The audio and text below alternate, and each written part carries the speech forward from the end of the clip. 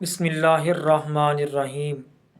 مجھے حضرت استاذی مفتی اعظم پاکستان مفتی منیب الرحمن صاحب دامت برکاتہم القدسیہ کی وہ بات یاد آ گئی کہ آپ فرما رہے تھے کہ نیکی کا حکم دینا تو اس دور کے اندر بڑا آسان ہو گیا ہے، لیکن برائی سے روکنا بڑا مشکل ہے۔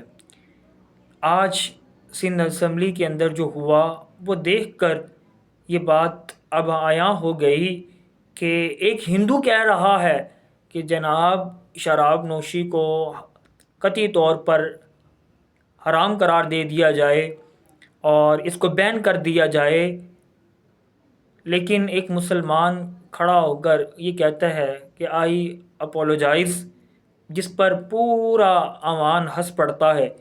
اور وہ صاحب کہہ رہے ہیں کہ سر ایک بہت بڑا طبقہ اس چیز سے محروم ہو جائے گا۔ الامان والحفیظ، عزیزان گرامی قدر، شراب اسلام میں حرام ہے، اور ہمارے ایک مسلمان جو کہہ رہے ہیں کہ شراب کو آپ اس کا لائسنس منسوخ نہ کریں، ایک بہت بڑا طبقہ اس سے محروم ہو جائے گا۔ اللہ اکبر، اللہ اکبر۔ یعنی آپ حرام اور حلال کی تمیز ہی ختم کر دینا چاہتے ہیں۔ آپ حرام کو حلال اور حلال کو حرام کر دینا چاہتے ہیں۔ یعنی آپ اس حد تک پہنچ چکے ہیں کہ آپ اللہ تعالیٰ کی حدود و قیود کو توڑنے پر آ گئے ہیں۔